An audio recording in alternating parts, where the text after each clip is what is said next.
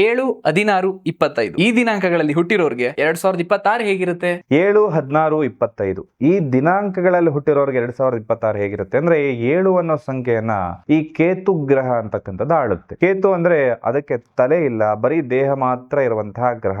ಈ ಕೇತು ಮತ್ತೆ ಸೂರ್ಯ ಗ್ರಹ ಎರಡೂ ಕೂಡ ಶತ್ರುಗಳಾಗಿರೋದ್ರಿಂದ ಈ ದಿನಾಂಕಗಳಲ್ಲಿ ಹುಟ್ಟಿರೋರ್ಗೆ ಸ್ವಲ್ಪ ಅಡೆತಡೆಗಳಂತಕ್ಕಂಥದ್ದು ನಿರ್ಮಾಣ ಆಗುತ್ತೆ.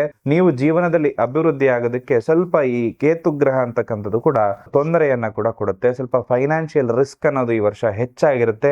ಹೊಸ ಬಿಸ್ನೆಸ್ ಮಾಡಬೇಕು ಅಂತ ಯೋಚನೆ ಮಾಡ್ತಾ ಇದ್ರೆ ಖಂಡಿತವಾಗ್ಲೂ ಪಾರ್ಟ್ನರ್ಶಿಪ್ ಅಲ್ಲಿ ಮಾತ್ರ ಮಾಡಿ, ಯಾವುದೇ ಕಾರಣಕ್ಕೂ ಒಬ್ಬರೇ ಮಾಡೋದಕ್ಕೆ ಹೋಗ್ಬೇಡಿ. ವಿದ್ಯಾರ್ಥಿಗಳಿಗೆ ಶುಭದಾಯಕ ಫಲಗಳಿರುತ್ತೆ. ಯಾರೇ ವಿದ್ಯಾರ್ಥಿಗಳಿತ್ತು ಅಂದ್ರೂ ಯಾವುದಕ್ಕೂ ಹೆದರುವಂತ ಅವಶ್ಯಕತೆ ಇಲ್ಲ, ಚೆನ್ನಾಗಿರುತ್ತೆ. ಅಥವಾ ಧಾರ್ಮಿಕವಾಗಿ ಒಂದಷ್ಟು ಸ್ಪಿರಿಚುವಾಲಿಟಿಯನ್ನ ನಂಬುವಂತವ್ರು, ಸ್ಪಿರಿಚುವಾಲಿಟಿ ಮೇಲೆ ಒಂದಷ್ಟು ಜ್ಞಾನವನ್ನ ಹೊಂದಿರತಕ್ಕಂಥದ್ದು, ಆ ಕ್ಷೇತ್ರದಲ್ಲಿ ಹೋಗ್ಬೇಕು ಅಂದ್ರೆ ಖಂಡಿತವಾಗ್ಲೂ ಕೂಡ ನಿಮಗೆ ಯಾವುದೇ ರೀತಿ ತೊಂದರೆಗಳಿರೋದಿಲ್ಲ.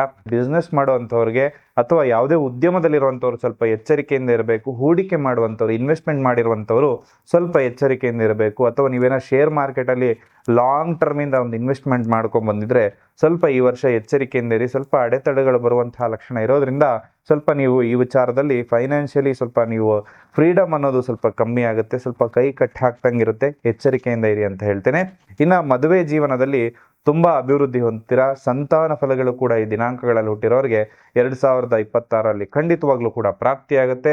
ಈ ವರ್ಷ ನೀವು ಗಣೇಶನ ಆರಾಧನೆ ಮಾಡಿ, ಇದರಿಂದ ನಿಮ್ಮ ಸಮಸ್ಯೆಗಳು ಬಹುತೇಕ ಕಮ್ಮಿ ಆಗುತ್ತೆ. ಹಾಗೆ ಹಣಕಾಸಿನ ಸಮಸ್ಯೆ ಇರುವಂತಹವರು ವಿಶೇಷವಾಗಿ ಈ ಬ್ರೇಸ್ಲೆಟ್ ಗಳನ್ನ ನಿಮ್ಮ ಕೈಯಲ್ಲಿ ಧರಿಸ್ಕೊಳ್ಳಿ. ಇದು ಧನ ಆಕರ್ಷಣಾ ಬ್ರೇಸ್ಲೆಟ್ ಆಗಿರೋದ್ರಿಂದ ನಿಮ್ಮ ಹಣಕಾಸಿನ ಸಮಸ್ಯೆ ಎಲ್ಲವೂ ಕೂಡ ಇದರಿಂದ ಪರಿಹಾರ ಆಗುತ್ತೆ. ಎಲ್ರಿಗೂ ಕೂಡ ಶುಭವಾಗ್ಲಿ. ನಮಸ್ಕಾರ.